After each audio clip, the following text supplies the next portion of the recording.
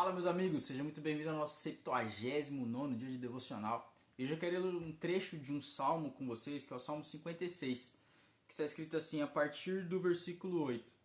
Registra tu mesmo o meu lamento, recolhe as minhas lágrimas no teu odre. Acaso não estão elas todas anotadas no teu livro? Os meus inimigos retrocederão quando eu clamar por socorro. Com isso saberei que Deus está a meu favor. Confio em Deus, cuja palavra louvo. No Senhor, cuja palavra eu louvo. Em Deus eu confio e não temerei. Que poderá fazer-me o homem? Cumprirei os votos que te fiz, ó Deus. A ti apresentarei as minhas ofertas de gratidão, pois me livraste da morte e aos meus pés de tropeçar, para que eu ande diante de Deus na luz da vida. Esse é um salmo de guerra, é um salmo onde Davi fala dos inimigos, onde Davi fala ali das lutas que ele estava travando. Tanto que no versículo de número 3 ele vai dizer, quando eu estiver com medo, confiarei em ti. E quantos de nós passamos por tantas preocupações e lutas no dia a dia, na vida, o mundo ao nosso redor, com toda essa loucura, tudo que está acontecendo, todas as situações malucas que fogem do nosso controle, e tudo isso vai como se fossem ataques à nossa sanidade, à nossa mente, aos nossos sentimentos. São ataques constantes contra a nossa vida, nos faz ter crises, nos faz ter pesos, nos faz ter pensamentos ruins, e certamente às vezes o coração fica pesado ao longo do tempo. Depois de muitos ataques, você começa a ficar pesado.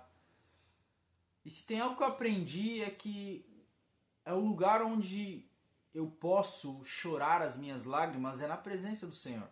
É um lugar onde eu me sinto seguro, é um lugar onde é pai e filho, é um lugar onde eu estou diante do Pai e Ele é o único que pode suprir as minhas necessidades, curar as minhas feridas, tirar o peso, e é lá que eu choro as lágrimas mais sinceras.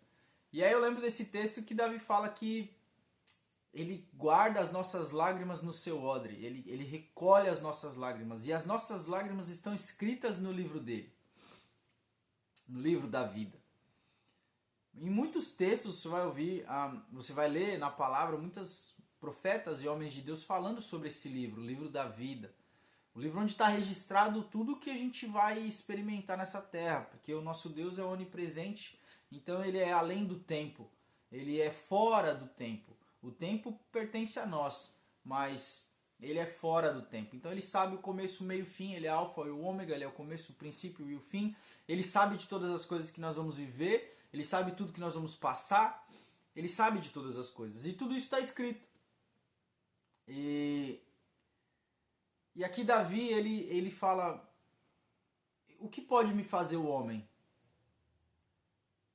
Jesus ele vai dizer, vocês não têm que temer o homem, vocês têm que temer aquele que pode lançar o seu corpo e a sua alma no lugar de chama eterna. Você tem que... O que o homem pode fazer conosco senão algo físico, passageiro? Porque aquele que servimos é eterno. E por Deus ser eterno, se a nossa vida está nele, logo o fim para nós, para a humanidade, o fim que todos olham como o último prego no caixão, para nós é o começo, para nós é a nossa expectativa, é estarmos com o Pai, é estarmos com Deus. Então esses ataques eles vêm justamente para tirar os nossos olhos daquele que é poderoso para nos livrar de qualquer coisa, daquele que é poderoso, o único que é poderoso e todo poderoso para guardar a nossa vida em segurança, para guardar o nosso coração, guardar o nosso entendimento, guardar os nossos sentimentos.